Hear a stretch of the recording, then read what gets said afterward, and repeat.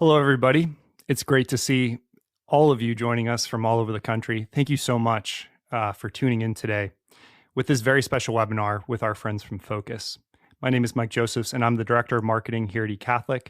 Today, we'll be discussing the life and legacy of servant of God, Michelle Duppong, and the documentary about her life called Radiating Joy, the Michelle Duppong Story.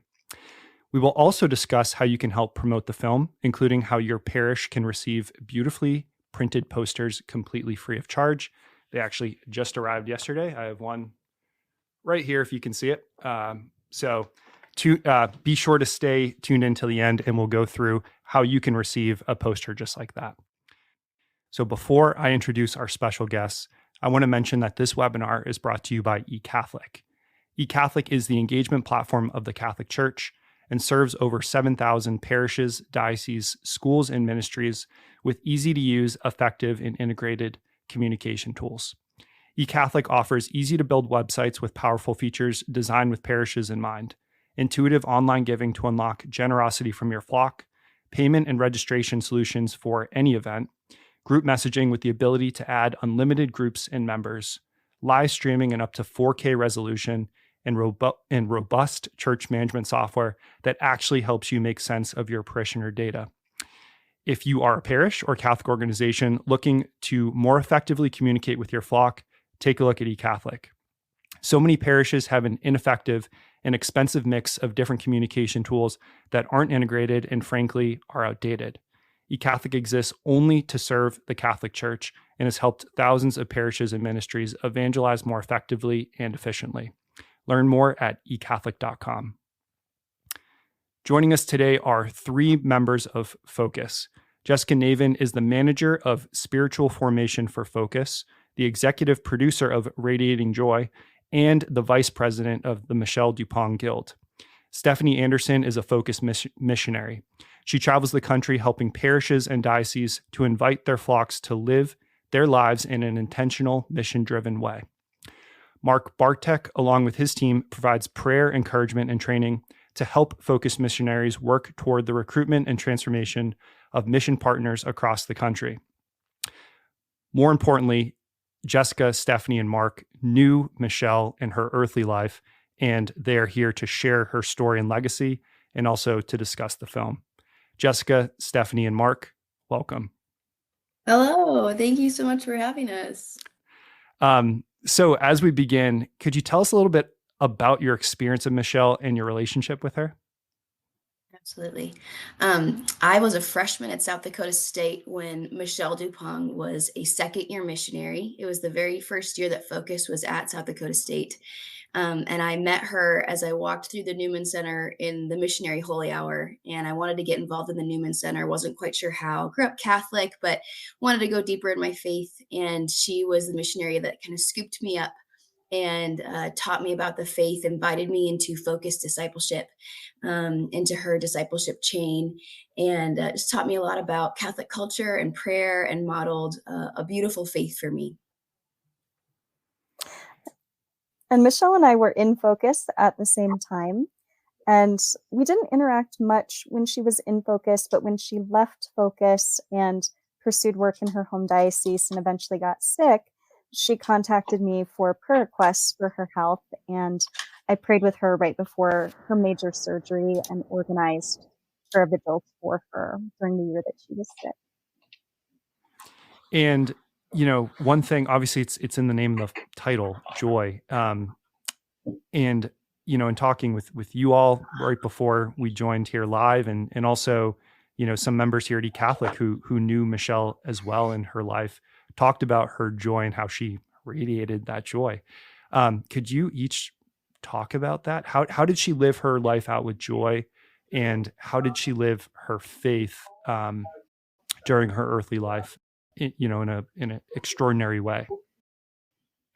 That's an easy question to answer. That was just her personality, I think.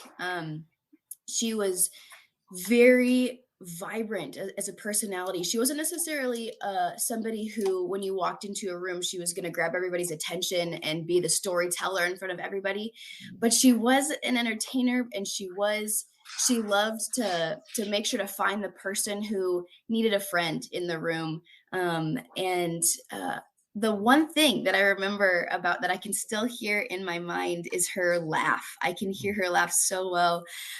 She was always joyful, great positivity, very encouraging. So she was a huge encourager, and loved to have fun. She loved the faith and she lived it boldly, but she also drew that into a lot of fun experiences. So she loved talent shows every year at the Newman Center, and she had our whole discipleship chain do like a dance routine about the resurrection one year. And there's videos of her like dressing up like a lamb for one of her talent shows when she was in college. So just a lot of fun, very vibrant, but also very personable to each individual who she was around. And yeah, the biggest thing I remember is her smile and her laugh. Hmm. Yeah, that's easy. The Michelle's smile. I feel like every time I ever encountered her, it was always the same reception, and it made me feel really special and unique. Even though I would see her do that with almost everybody, just big, wide open arms, big smile, so excited, and it was always like seeing a long lost friend, and she just keyed in on people and really made you feel like you were the only person in the room with her. That was always my experience. She just, yeah, the way that she would smile at you, it was like there was nothing that you could do that would ever make her displeased with you. Um, yeah, and the joy that she just lived with. She just had such a zest for life and such an excitement to share her experiences, what God was doing in her life, her life growing up, what it was like living on the farm and wanting to bring people there, and always excited to bring people into her life. Um, yeah, she just really, the title is really, I think it's perfect. Radiating Joy. It sums up Michelle and the encounter that you would have with her, even when she was having difficult days or when things weren't going right. And as her former supervisor, there were many of those days where the student didn't show up, the one that she thought was going to be ideal for the Bible study, or the conversation with the chaplain or her team didn't go the way that she had hoped, but she still would try to find God in the midst of that. Um, yeah, it was, I think it wasn't her joy. I think she lived with Christ's joy in her in such a way that it came out to everybody. That's such a great point, Mark. It's extraordinary that Michelle had joy even in the midst of her suffering. In that last year of her life, one of her greatest sufferings was that she had always wanted to have lots of children, and she had to have a surgery to remove the cancer, and they had to remove her womb, which meant that she wouldn't be able to physically bear her own children. That was an incredible suffering. And she also, at one point, had so many tubes in her that every breath she drew was painful. And yet, when people went to visit her, they remarked on that same smile that she had on campus when she was perfectly healthy. And they remarked on how she looked so happy to see them, just focusing on them, continuing to talk about God's love, even in the midst of all of this suffering.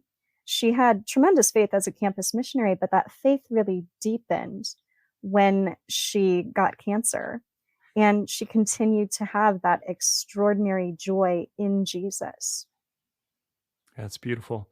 That's not something that it seems like we can get to on our own. I mean, it truly, as you all pointed out, comes from a deep, true faith and walk with Jesus. So thank you for sharing that. You've already hinted at this, but was there anything extraordinary about Michelle's life? I mean, we sometimes hear about these saints and they're bilocating and they have the stigmata, or did she just live an ordinary life in an extraordinary way? I grew up in South Dakota. She grew up in North Dakota, and she couldn't be more normal to me.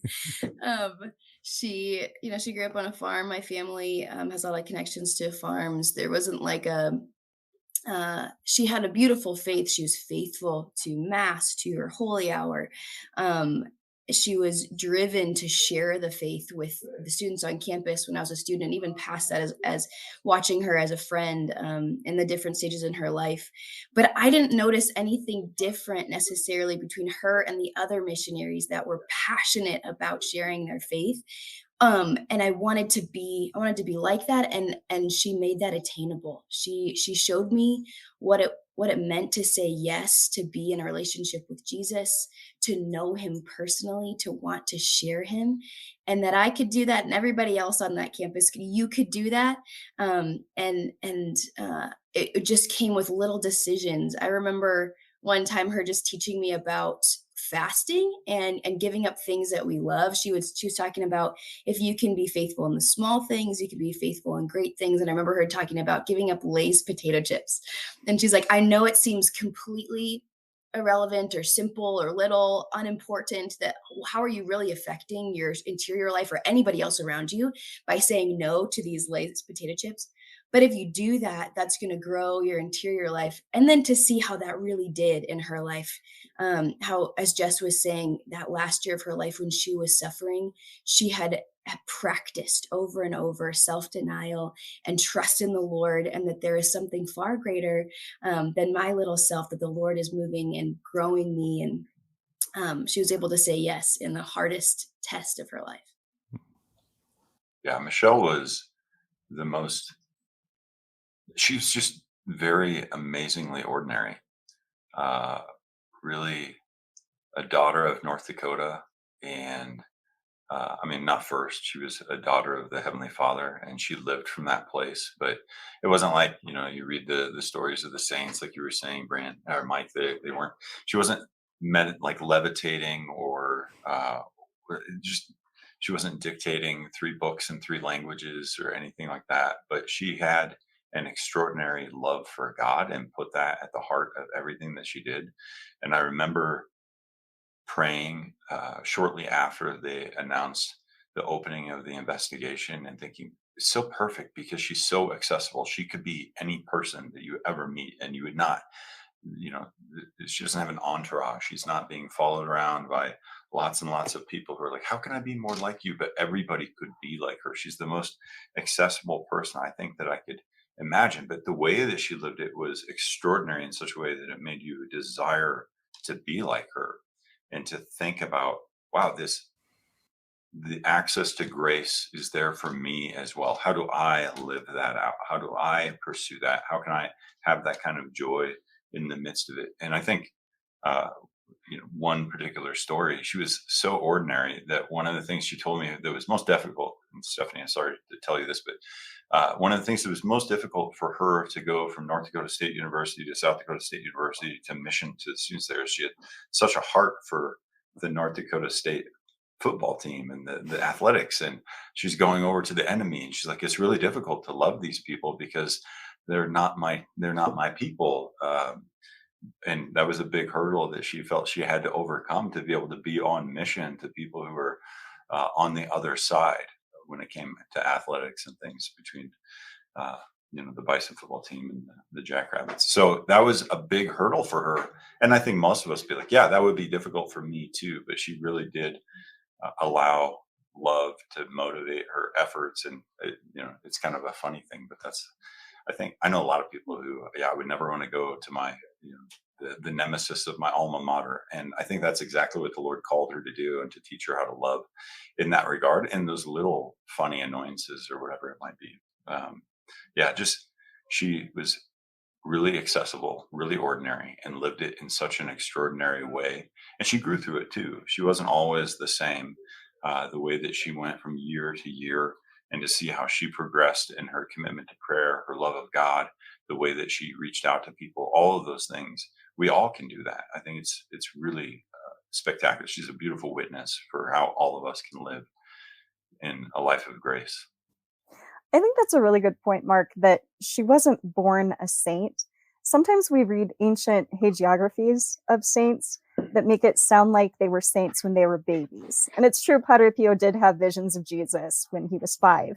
But you read that St. Colette fasted from her mother's breast milk 3 times a week. And it's like, these people are just unreal. Michelle was very real, and she wasn't born a saint, but she progressed in holiness.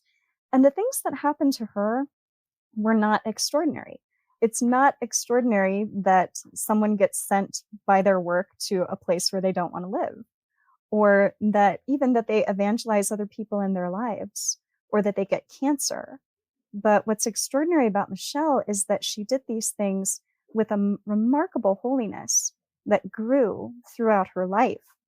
So much so that I remember talking with a religious sister who's visited lots of people who are sick with cancer before. And she said that coming into Michelle's presence was like walking into a chapel. You could feel Jesus in the room through Michelle. That's beautiful. It, as you were talking, as each of you were talking, I just kept thinking of the beautiful feast day we had yesterday for Saint Therese and her little way. It sounds like there's a lot of parallels between those two. Clearly, Michelle had an impact on your lives, on your faith journeys. But how do you hope that Michelle's legacy and example will inspire others? I think, she obviously died young, especially young people in our country today. How do you think Michelle's legacy and how do you hope Michelle's legacy and example will inspire, especially the young people today? I hope it inspires them to trust God, even when things happen in their lives that they don't understand why God is allowing those things to happen. And I hope it especially inspires them to evangelization through friendship, just like Michelle did. Michelle's love for Jesus overflowed into the people in her life, and she had a great love for every person that she met. She wanted them to know Jesus. And that's what I hope that everybody who would see the film about Michelle's life would go away with, is just this desire to love Jesus more, to let him do whatever he wants to do in your life, and to love other people by bringing them to Jesus. I think specifically highlighting the friendship piece that Jess was just talking about. Michelle did such a beautiful job of inviting me into her family life. She would have what she called the Duppong experience, and she'd invite her students up to the farm. And she'd lead, there's a little St. Clement's chapel. It's not actually a parish there, but it's right there by her gravesite and her family's farm. And she would get a key, unlock that, and we'd go pray a holy hour in there. And she'd do a little fervorino for us. And we'd get on four-wheelers and go around the land and do picnics and play. And she just wanted her family to be in with the mission that she was doing, and she wanted us as part of her mission to be a part of her life. And she lived friendship so well. I remember one time we were driving back from Sioux Falls. It was like an hour drive. We had done something fun in town that day, and she was calling her parents. It was maybe the first year that I knew her, and she said, "I'm in the car with my friend Stephany." And I wasn't just a disciple in her discipleship chain. I wasn't just the mission and the job she was doing. I was her friend. And because of that, I let her into my heart, and I admired her immensely. And when she was teaching me about the breviary, or how to pray a holy hour, or how to what the importance of mass and the Eucharist, I was all ears. I was all in. I was so thirsty. And when she told me, "Stephany, there's a person here at daily mass who doesn't know anybody, and they're about to sneak out at the end of mass, and so you're going to run after them and go get their name," I was like, "All right, you did it first. You're asking me to do it. I trust you. I'm going to go do that. I'm going to go run after this person I don't know, even though I'm shy and introverted, to go welcome them in, because that's what disciples do." And it was because of her friendship that I was so willing to follow after her as she was following after Christ.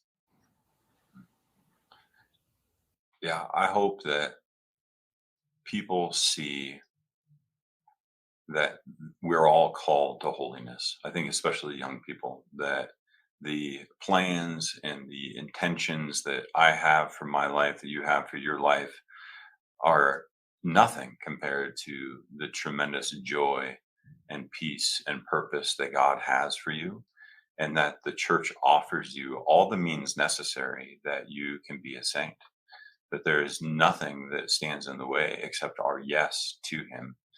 I think that she deeply believed in the sacramental realities of the Eucharist and reconciliation and the indwelling of the Holy Spirit through confirmation, and the desire that all people can do this. And I think in some ways I think she gravitated when she was a missionary towards the Trinity in the lives of people.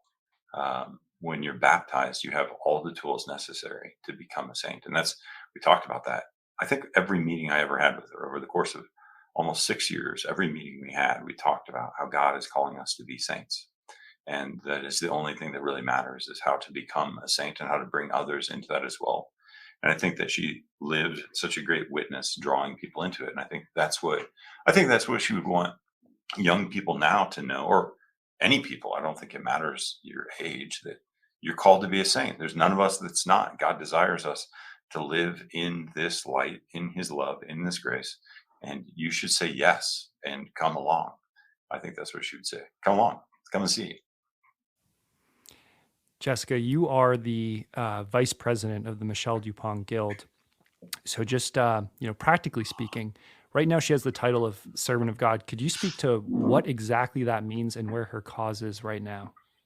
Yeah, so on November 1st, 2022, Bishop Kagan of the Bismarck Diocese in North Dakota officially opened Michelle's cause for beatification and canonization.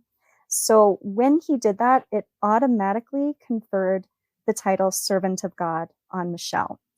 So what this means is that Michelle's diocesan phase of her cause has been opened. So this is the very earliest stage of someone's canonization process, and it's in the very earliest stages of the earliest stage. So there's a lot of things that happen in the diocesan phase. Like, they review all of Michelle's writings to make sure that they're free from error.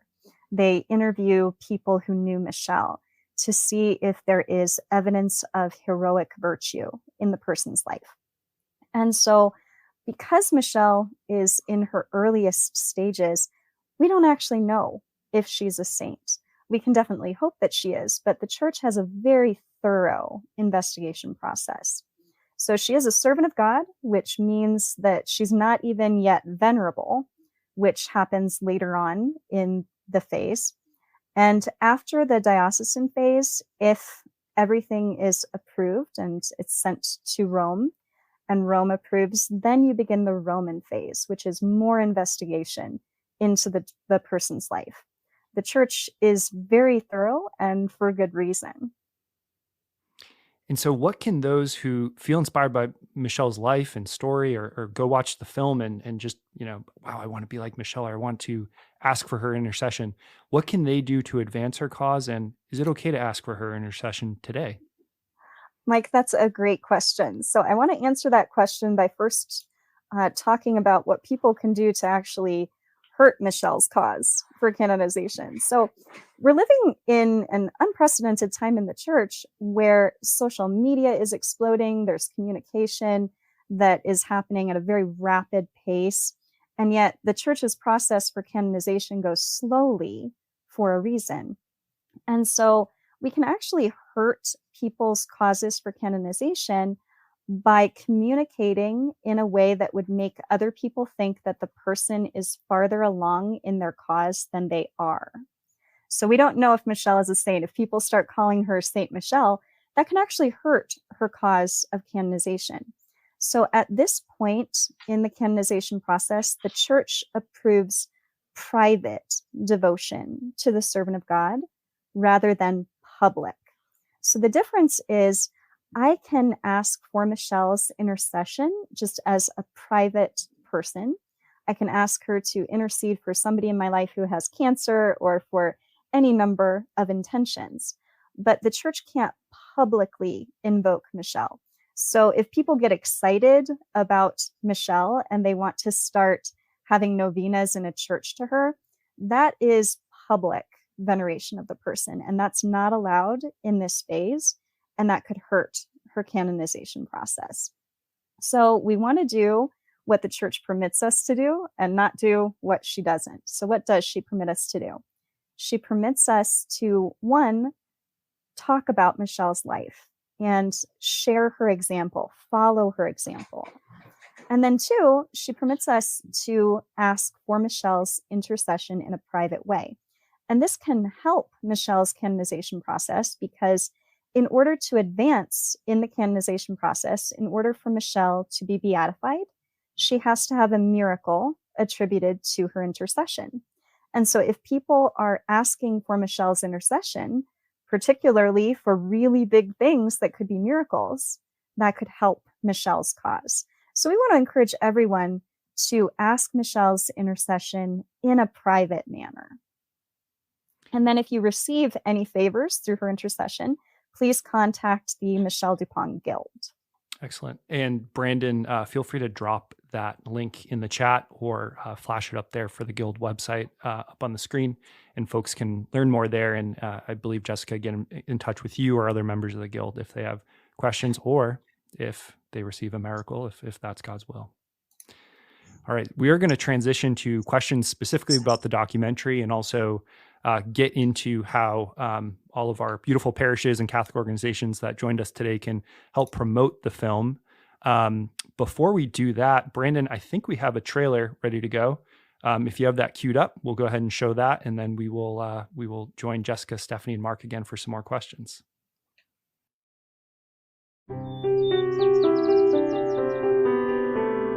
Being around Michelle was like spending a day in the sunshine. I can still in my head hear her say my name and laugh, like I can hear her laugh. She's a small town girl. She's from wind-blown prairies. She studied at a large university.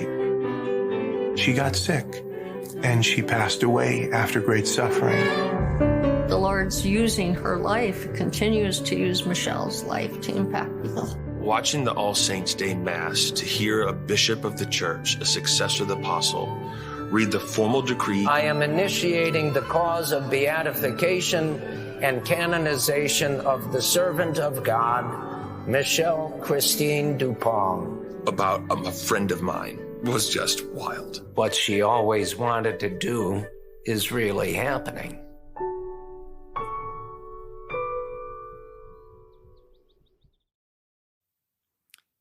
Thanks for bringing that up, Brandon. There are other trailers out there, so feel free to, if you just search Radiating Joy, you can see those other trailers. And you just saw it there, but the film will be shown across the country in select theaters on November 12th, 2024. As of right now, it's a one-night showing, so be sure to get your tickets. I believe availability and tickets are available, and we'll get to that a little bit later.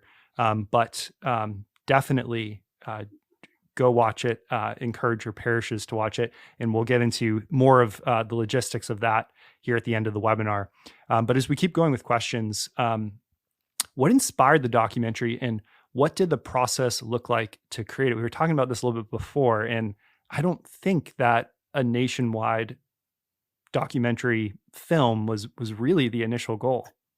No, it wasn't. So I work on the formation team, and we kept hearing stories about how Michelle had impacted people's life several years after her death. And so I suggested to my teammates, what if we make a couple short videos, like 1 to 2 minutes, about the virtues, since we need to teach people about the virtues, and we use Michelle as an example of how to live the virtues. And so we thought this was a great idea.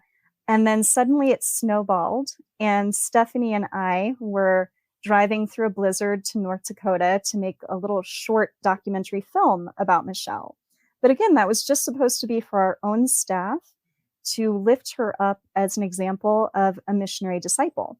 So we created that original film, our home movie, sort of, and then we showed it to our staff at new staff training in North Dakota. And then a little while later, we heard that Bishop Kagan had officially opened Michelle Duppong's cause. And then we realized that we can't just have a home movie to share Michelle's story with our staff. We needed to share Michelle's story with the world. And so we contracted with Anderson Arts, who directed the new film, Radiating Joy. And that's the story that we are bringing to everyone in November.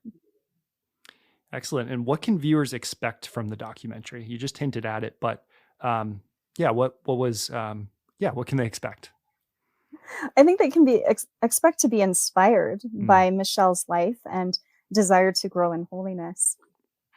And my understanding is the film was already shown or debuted at Seek, the Focus's annual conference, as well as the Eucharistic Congress that just happened a couple of months ago.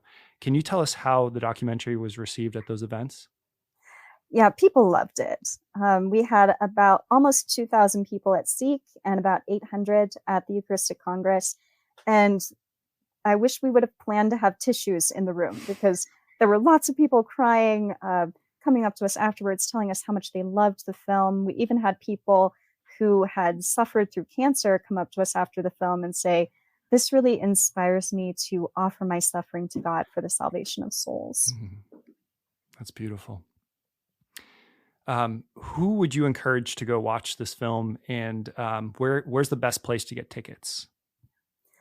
I'd say everyone should come and see it.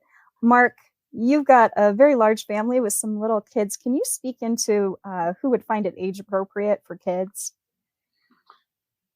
My kids all loved it. I think many of them met Michelle when she worked with Focus, and so I think from that regard, it was really fun for them. They kind of knew, but I think even the young ones, they sat really pretty still and have watched the documentary. I think anyone could see it. There are some scenes when she's sick that could be a little bit troubling. I think if a parent's worried about if you have a sensitive child where as she's suffering through her cancer, that can be a little bit troubling. But I think almost anybody, certainly every adult, every teenager, certainly very accessible for all of them. Younger than that, you'll just have to use your own discretion. I don't think it's not a bad film by any stretch, but it shows the realities of being sick and the difficulties that go along with that as well. So it is appropriate, definitely for high school, middle school students, and then parents can use their discretion. But I'd say anybody who loves someone who has cancer, anybody who has cancer should see this film. Young people who are around Michelle's age who want to devote their lives to the church, or young people who you want to devote their lives to the church and they're not yet. They can watch this and be inspired. Parish staff who want to inspire their parishioners to evangelization and to holiness. I would highly recommend seeing this film. Oh, and you can get tickets at the Fathom website.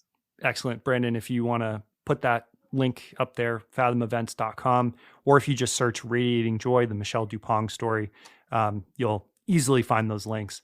And my understanding is Mark and Stephany, you both are in this film, right? Do you want to quickly speak to obviously you knew Michelle, to your roles in the film? Yeah, we get to share a little bit about who she was and her story. When they were doing the interviews, I was like, these are the things that I think people should know about her.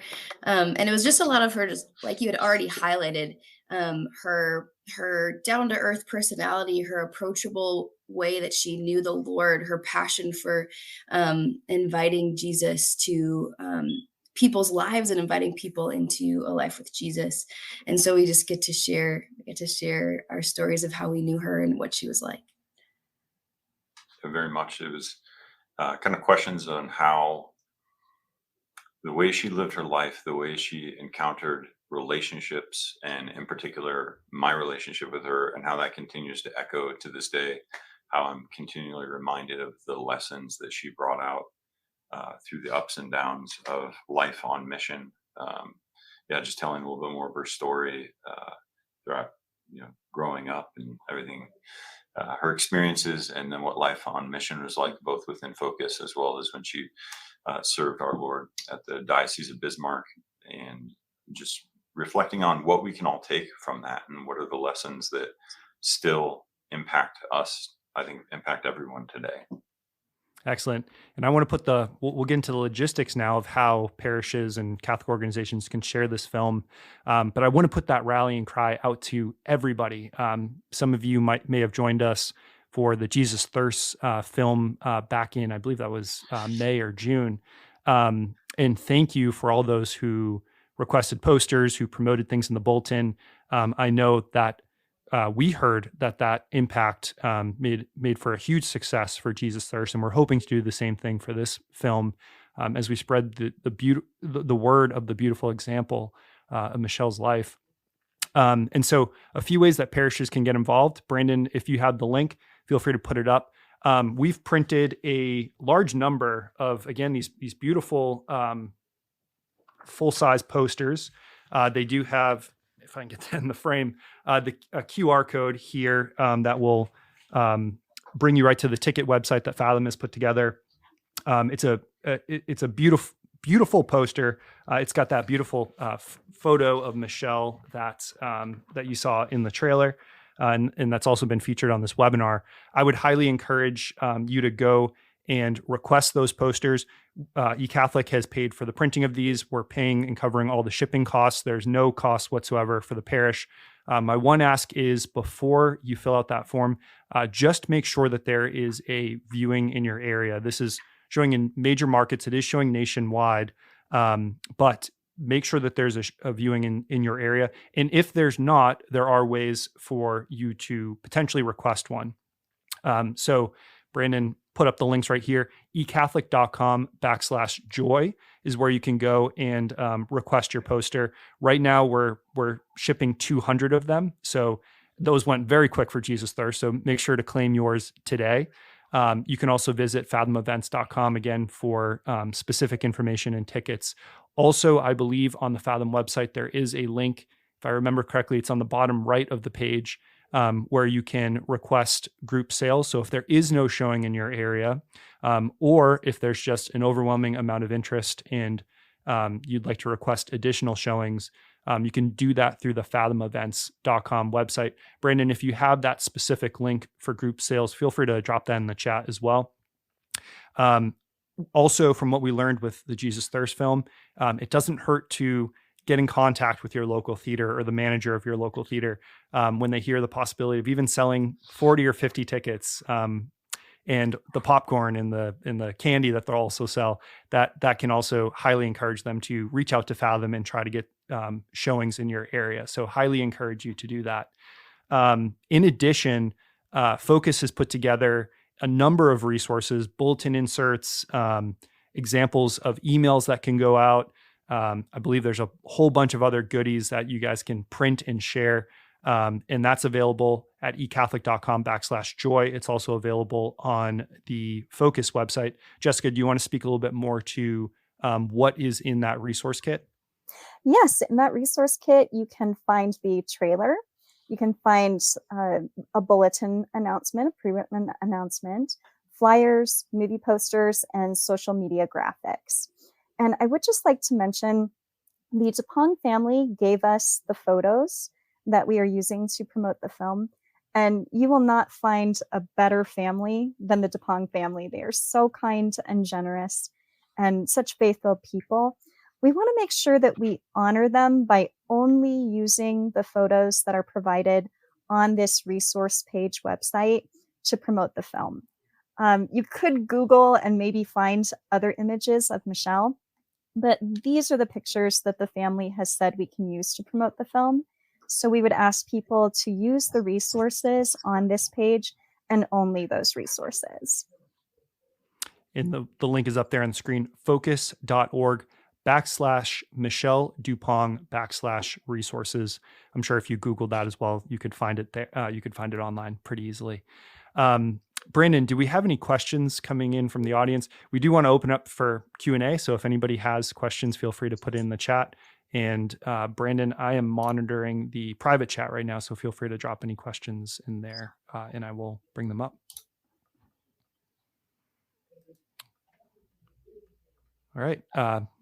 No questions, but there were some folks asking about a request for showings. So Brandon did drop that link in the chat. So feel free to go there if you'd like to request showings in your area or to check if there are showings in your area. I also saw earlier some questions around if this webinar was recorded and if it's something that can be shared with religious education groups or even with parishes at large. And absolutely, yes, we did record this, and feel free to share it far and wide. We want to get the word out about Michelle's life. We want to get the word out about this film. So no problem sharing this particular webinar far and wide if you like. before we wrap up, Stephany, Mark, or Jessica, anything that you'd like to leave with our audience? We're just really excited to share Michelle's story with the country. And so I want to thank everybody for participating today. And please take your parishioners, your friends, your family to the movies on November 12th. Well, thank you. Go ahead, Mark. Yeah, if I could just, I think the story of Michelle's life and the message that she would want to communicate to everyone is the reality of your call to holiness. There is not a single person who is not called to be a canonizable saint. And she talks about that all the time. How we're not just called to live ordinary lives, but to live an ordinary life in an extraordinary way. And there's no circumstance which would preclude you from accessing God's grace. And so whether you see the film or not, know that you're called to be a saint. And that is what the world needs now more than anything else, is saints. And saints prayed, and they made use of the sacraments, and they surrounded themselves with others who can build them up to love and good works. And I think Michelle is a wonderful example of somebody who sought that above all else. And so it's not just about promoting a really great, inspiring film. It's really about your call to be holy and to pursue God with reckless abandon. Well, thank you everyone for joining us today. What a great note to end on. Jessica, Mark, and Stephany, thank you so much for your time. It's been an absolute pleasure having you on today. Thank you for sharing about Michelle's life and her legacy. Thank you, Jessica, for sharing about her cause. And thank you for producing this wonderful documentary. I know it's going to be inspiring. And Mark, to your point, I know it's going to hopefully inspire many others to live their ordinary lives in an extraordinary way. And we all can become saints. So thank you very much. God bless.